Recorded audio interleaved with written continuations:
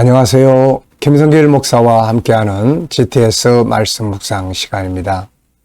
오늘은 네 번째 주간의 마지막 날인 7번째 날 묵상이 되겠습니다. 한 주간도 바쁘신 가운데도 묵상에 함께하신 모든 분들에게 감사드리고요.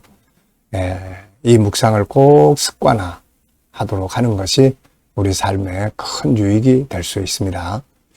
GTS 묵상은 매일매일의 그런 말씀 충만, 성령 충만한 감동이 있는 삶을 살게 해주고 현장에서의 삶의 변화와 발전을 만들어 줍니다. 이것을 위해서 5-7+2라고 하는 구조가 들어 있습니다. 5는 그림을 분석하면서 생각을 하게 하는 프로그램이에요.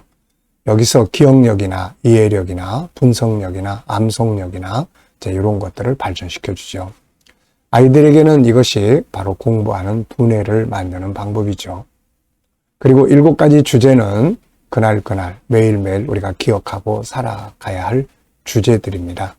이 주제들을 우리가 늘 의식적으로 생각하고 살아보면 삶에 아주 좋은 변화가 있고 발전이 있게 되죠. 아이들은 이 방법을 가지고 공부하면 공부에 큰 도움이 되고 특히 재능 개발에 도움이 됩니다. 2는 질문 만들기와 주님과 소통하며 영감을 얻는 훈련입니다. 결국 신앙이라고 하는 것은 예수님과 내가 함께 사는 거죠.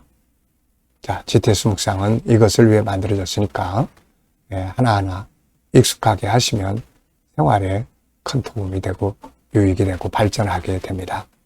자, 그럼 오늘도 그림 분석부터 정리를 해보겠습니다. 자, 이 그림은 이제 본문의 말씀처럼 사울이 다윗을 잡으러 다니다가 이제 한 동굴에 들어가서 볼일 보러 들어갔다. 화장실. 그런데 또 구번역에는 피곤하니까 좀 쉬러 들어갔다. 이렇게 또 이제 설명이 되어 있습니다. 그런데 이제 그 굴 속에는 이미 다윗과 그 수하들이 한 400여 명이 그 깊은 굴 속에 숨어 있는 거죠. 자, 그런데 이 굴 속에 사울이 스스로 찾아온 겁니다. 그러니까 이 다윗에게 있어서는 굉장히 좋은 기회가 될 수도 있었는데 여기서 그는 주님의 관점에서 이 사건을 보고 행동을 하게 되죠. 자, 오늘 이 그림을 보면서 또 제목도 정해보시고요. 느끼는 것들 적어보십시오. 자, 저는 제목을 사람의 관점과 하나님의 관점 이렇게 봤습니다. 적어봤어요. 자, 인생의 성공과 행복은 하나님의 관점에서 온다. 하나님의 관점으로 볼 때 아름답고 행복한 삶이 이루어지죠. 요셉이 인생에 성공한 것도 형들이 나를 팔아먹었다. 사람의 관점에서 보는 게 아니라 하나님의 관점에서 이 사건을 봤던 거죠.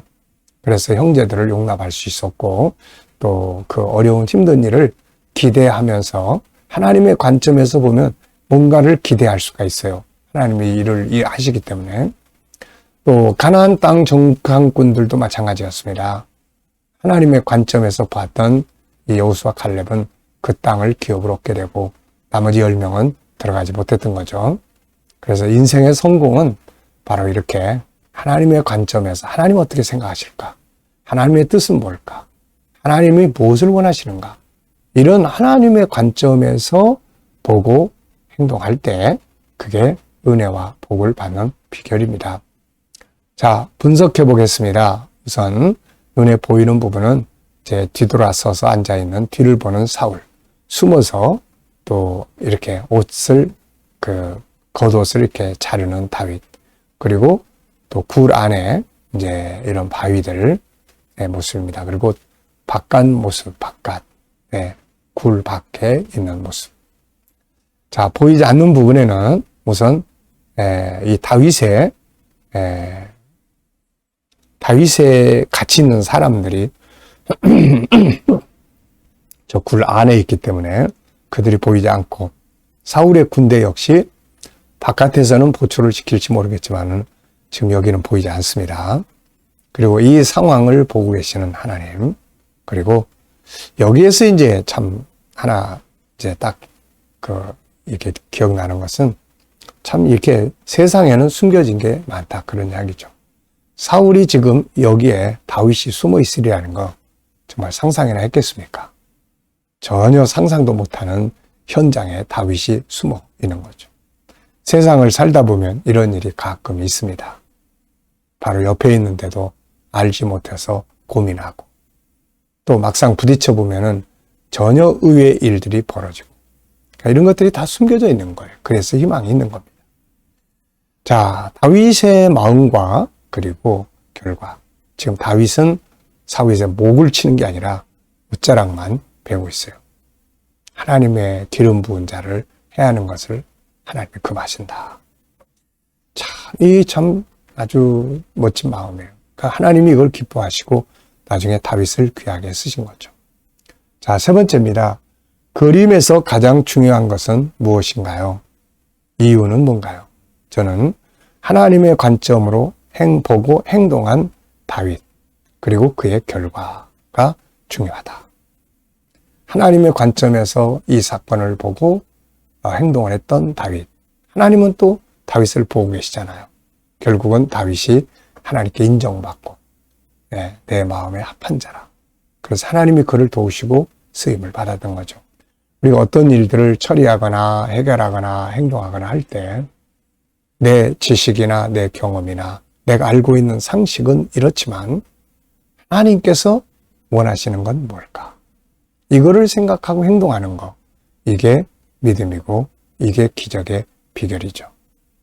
자, 연상법 훈련하겠습니다. 눈 감아 보시고요. 그림 한번 쭉 떠올려 보세요. 자, 동굴이 있고요. 동굴 밖, 안. 그리고 뒤를 보러 들어온 사울. 그리고 몰래 사울의 옷자락을 자르는 다윗. 그리고 굴 안에 있는 바위들. 네. 자, 그리고 이제 우리 아이들은 또 여기서 자기들이 공부하는 수학 또 여기서 한번 또 살펴보기 바랍니다. 아이들이 이제 학년별로 조금씩 수준이 높아지잖아요. 그런데 어떤 내용은 2학년 때 잘해두면 3학년 때 쉬워지고 대체적으로 그렇게 돼 있어요. 그래서 아이들은 이런 그림을 보면서도 꼭 배운 수학을 떠올려 볼 수 있는 이런 훈련 시켜주면 수학 도움이 많이 됩니다. 자, 상상력 교육입니다. 이 그림 가운데 두고 앞에는 어떤 그림을 그리면 좋을까요?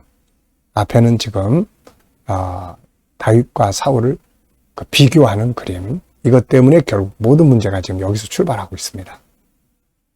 여인들이 사울의 죽인 자는 천천히고 다윗의 죽인 자는 만만이다. 이거 비교하는 말, 이거 아주 조심해야 되겠죠? 자, 그것 때문에 결국 현재 이제 사울과 다윗이 이렇게 도망자가 되고 또 죽이려고 쫓아다녀야 되고,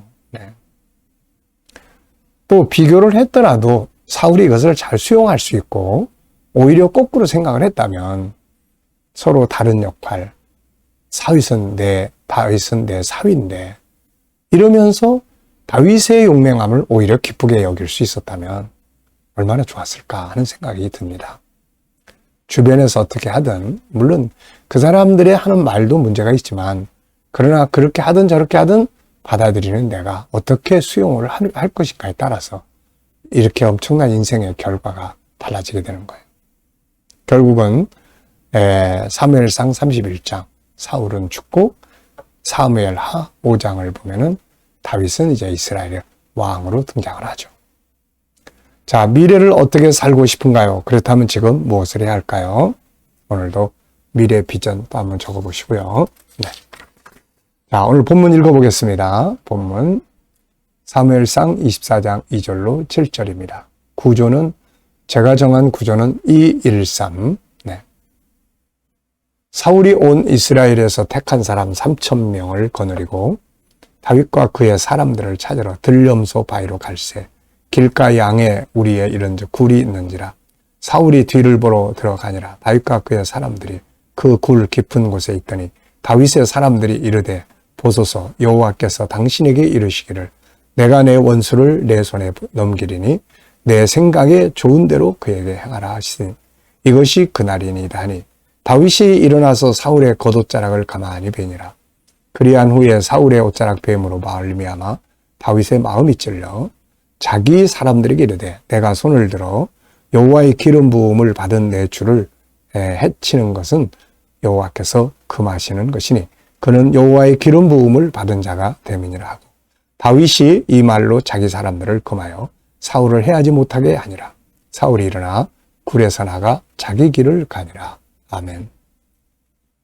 감사한 것도 적어보시기 바랍니다. 어제 하루 또 있었던 일들, 하루 어떻게 사셨나요? 한번 쭉 생각하면서 힘든 일이 있었어도 그 속에서 또 감사한 거 찾아보시고요. 자, 그리고 이제 오늘 또 하루 일과를 시작하면서 감사하고 싶은 것들이 뭔지 한번 쭉 적어 보십시오. 자, 그리고 미래를 생각하면서 감사하고 싶은 것들을 적어 보시면 되겠습니다. 자, 한 주간 이 말씀을 묵상하면서 특별히 기억에 남는 것이나 응용해 본 건 뭔가요? 저는 이 말씀을 보면서 두 가지인데요. 하나는 그 사무엘상 18장이에요. 비교하는 말. 모든 문제는 지금 여기서 출발을 했어요. 그리고 또 하나는 이제 사울을 죽일 수 있었는데 그 다윗이 하나님의 기름 부음을 받은 자를 해하지 않는 이 장면을 참 기억하고 하나님의 관점에서 행동하는 것.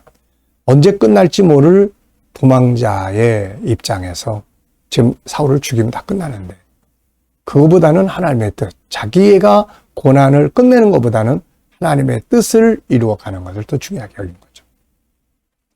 저는 이 말씀을 제 인생에서 아주 잘 경험한 바가 있습니다. 제가 청년 때 우리 아버지가 교회 건축 과정에서 목사님하고 서로 갈등이 생겨가지고 결국 이제 아버지가 교회를 떠나게 됩니다. 그게 이게 참 난처하더라고요. 아버지는 난 이 교회에서 이제 더 이상 신앙생활을 못한다 그러고 떠나시고, 아들인 내 입장에서는 이거 어떻게 해야 될까? 이거 같이 떠나는 게 맞나? 그때 이제 내 머릿속에 떠오른 게 바로 이 말씀이었어요. 하나님의 기름 부음을 받은 자를 해하는 것을 하나님 원하지 않는다.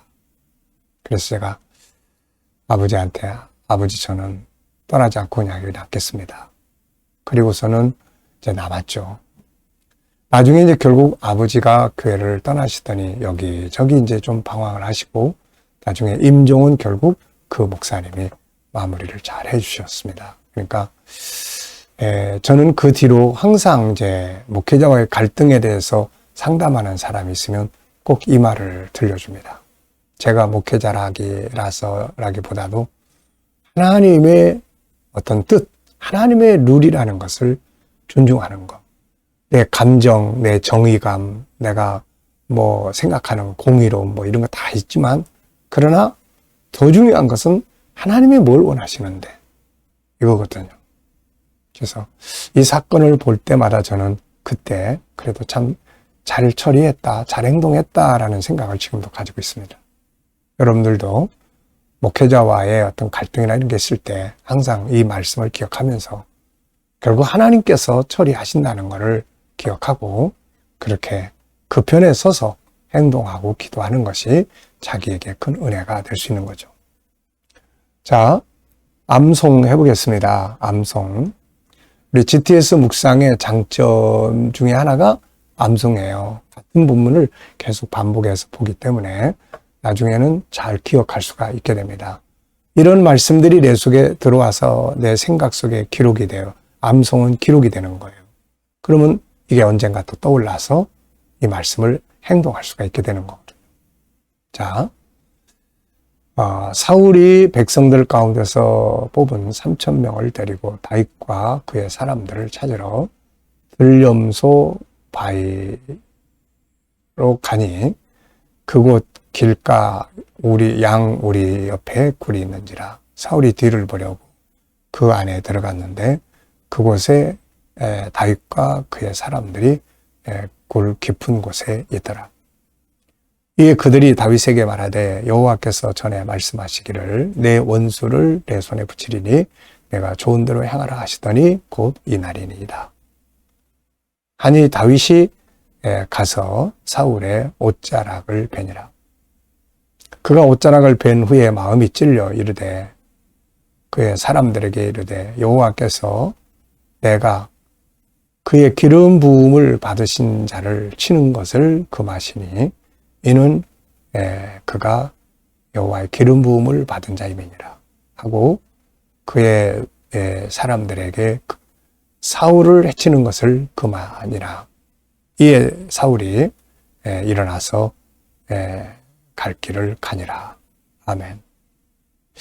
자, 우리가 문자 하나하나를 다 외울 수는 없지만은 이렇게 내용을 파악하고 전체를 암송할 수 있는 것은 정말 좋은 은혜의 일이죠. 머리 기억력도 좋아지게 되고 꼭 해보시기 바랍니다. 자, 5-7 플러스 2 이게 핵심인데요. 5는 그림 분석, 생활 속에서의 또 자녀들과의 대화 속에서 우리의 삶 속에서 중요한 것 찾기, 숨겨진 비밀 찾기, 뭐 느끼는 것 말해보기, 뭐 다양하게 사는 것도 있고 의식적으로 살아가야 할 것들도 있어요. 또 7가지 주제. 이거를 조금만 활용을 하면 삶에 정말 많은 도움이 됩니다. 네. 자, 사용한 거 있으면 적어보시고요. 자, 오늘도 이제 주일입니다. 오늘 주님 앞에 나가서 복된 하루 되시고요. 오늘의 주제는 함께 나누기인데요. 오늘 주님 앞에 나가서 내가 나눌 수 있는 것들은 뭔지 한번 좀 생각을 해보시기 바랍니다. 자, 이 시간 묵상 시간입니다. 자, 눈을 감으시고요. 또 본문 한번 떠올려 보시고요. 7가지 주제도 한번 쭉 떠올려 보십시오. 그리고 오늘 내가 교회에 가서 누구를 만나고 또 어떤 봉사를 하고 어떻게 해야 되는지 주님이라면 어떻게 하실지 인간관계 또 사명의 관계들을 주님 어떻게 할까요? 꼭 물어보시면서 기다려보시면 좋은 영감을 받을 수 있습니다. 이 영감을 가지고 행동을 할 때 내 감정이 앞서지 않게 되고 내가 좀 더 말씀을 따라서 행동할 수가 있게 되는 거죠. 자, 오늘도 복된 예배, 주님 만나는 산 예배들이 되시기 바랍니다. 자, 기도하고 마치겠습니다. 주님 감사합니다. 오늘도 또 복된 주일을 맞이하게 해주심을 감사합니다. 한 주간 묵상에 함께한 모든 이들에게 말씀하신 대로 삶이 형통하게 하여 주시고 오늘도 살아계신 주님을 만나는 귀한 예배가 되게 하여 주옵소서. 원근 각처에서 이 제단에 와 볼 사람들을 보내주시고 새롭게 구원받을 자들을 또 보내주시옵소서. 예배 가운데 말씀 가운데 살아계신 주님 만나는 치료받는 놀라운 축복의 시간들이 되게 해 주옵소서. 감사하며 예수님의 이름으로 기도하옵나이다. 아멘.